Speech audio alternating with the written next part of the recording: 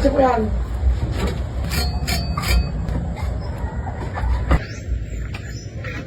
Sabi yan.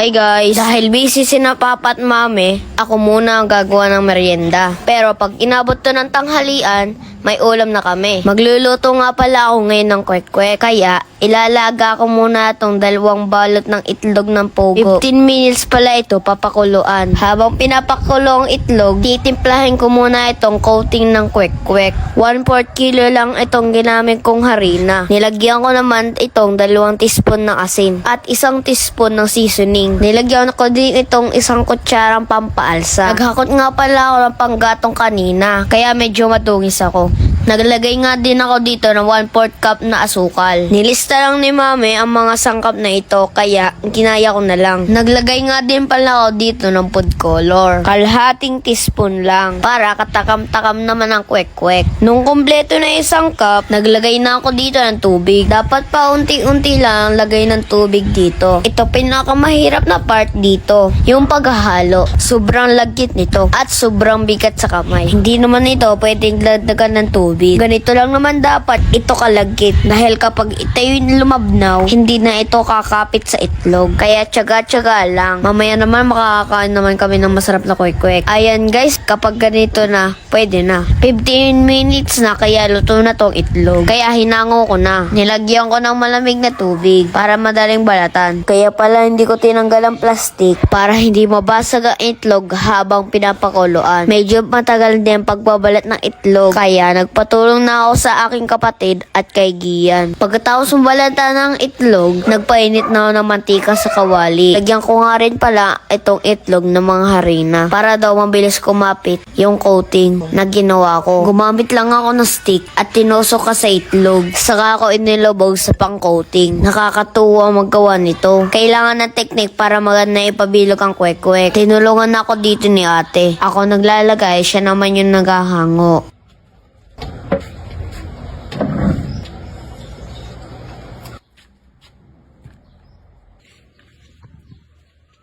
Ito na nga ang aming kwek-kwek na ginawa. Inabot na kami ng tanghalian, kaya sigurado tanghalian namin to. Gagawa pa pala ako ng sauce. Naglagay lang ang konting mantika sa kawali at magigisa ako ng sibuyas at bawang. Paamuyin lang ito at lalagyan ng tubig. Madami na yung gagawin kong sauce. Naglagay lang ako dito ng toyo, tsaka kaunting paminta. Nilagyan ko din ito ng kaunting seasoning powder. Nilagyan ko din ito ng asukal. Tinansya ko na lang. I-adjust na lang pag natikman na. Nagtunaw lang ako ng cornstarch. 2 kutsara. Ayos na ang lasa ng sauce. Nilagyan ko naman ng kaunting suka. Tapos, inilagay ko na itong tinunaw kong cornstarch. Habang naglalagay, dapat hinahalong mabuti. At ito na nga, luto na ang aming sauce. Pinalamig ko lang ng konti bago ko ilagay sa garapon. Di pa nga luto yung aming kanin, pero paubos na yung kwek-kwek. Grabe, sulit naman yung pagod ko. Ang sarap naman ng recipe ng mami. Dito na nga din ang kumain ng aking pinsan. Si ate naman, bahaw na lang ang kinain. Hindi na nag-antay ng kanin. Ayun lang po. Maraming salamat po sa inyong panonood.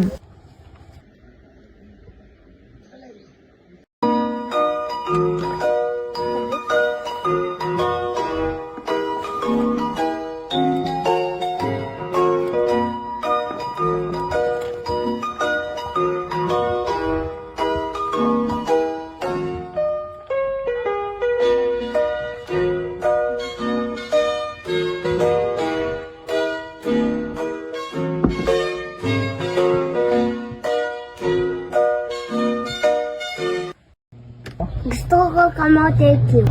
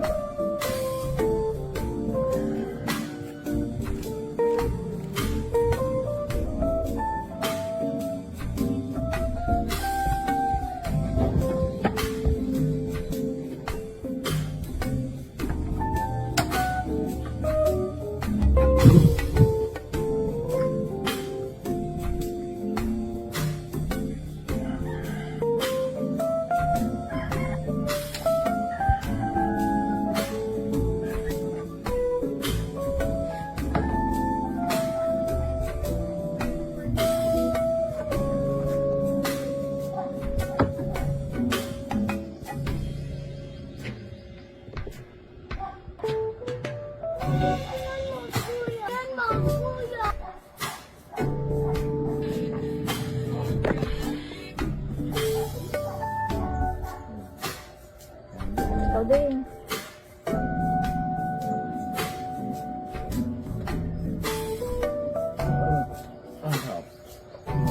Oo. Tara. Pagkain dyan. Kumuha. Kumuha ang kaya.